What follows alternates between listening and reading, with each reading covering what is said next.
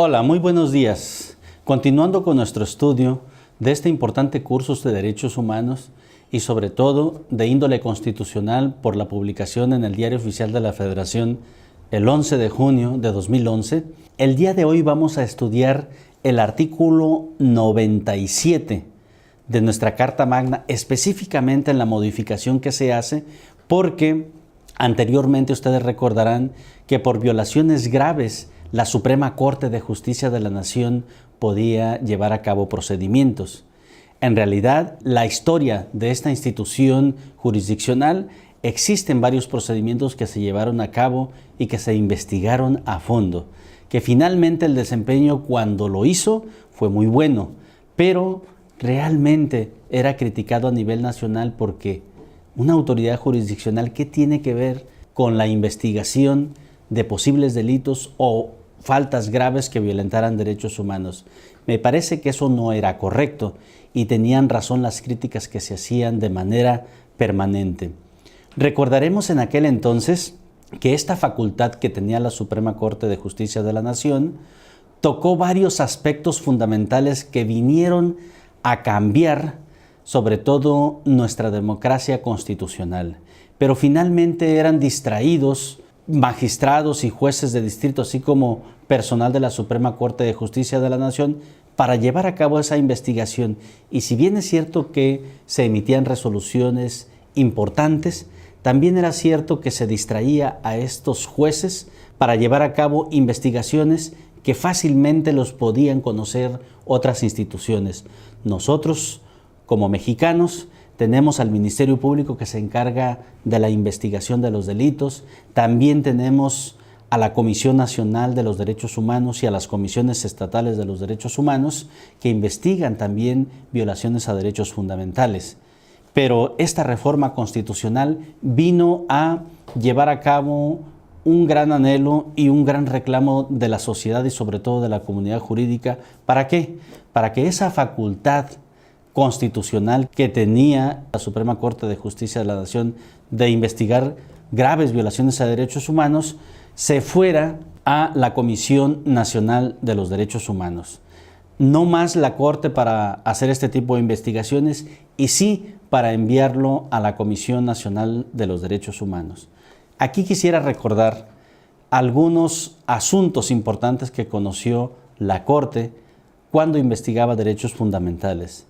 El caso Aguas Blancas.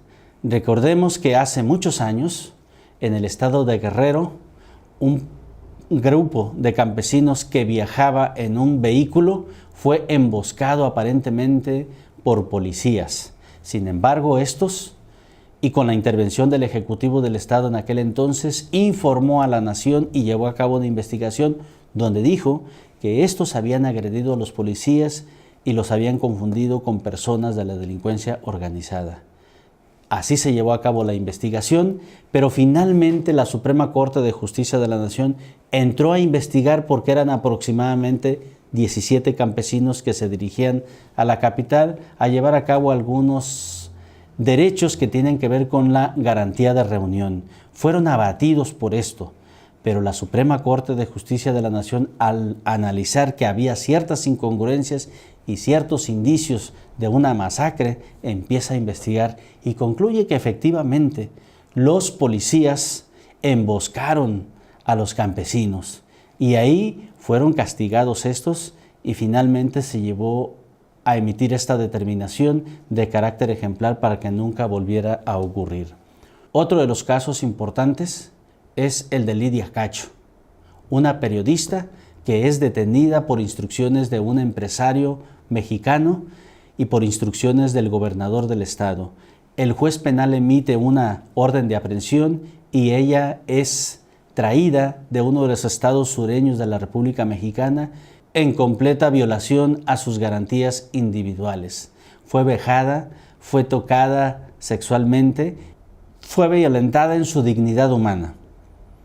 Y esto tuvo como consecuencia que la Suprema Corte de Justicia de la Nación llevara a cabo una investigación debido a la forma en cómo el Ejecutivo del Estado y en la forma en cómo intervino el juez y otras personas que de facto tomaron el control, como este empresario que les estoy mencionando.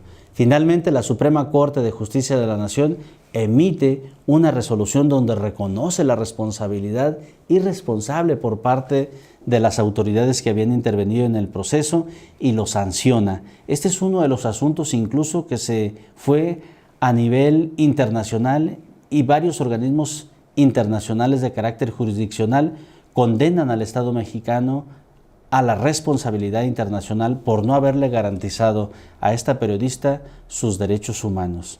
Hasta aquí vamos a dejar el estudio de este artículo constitucional, no sin antes mencionar que fue atinada que a la Comisión Nacional de los Derechos Humanos se le haya entregado la facultad de investigar la violación grave a derechos fundamentales. Es cuanto.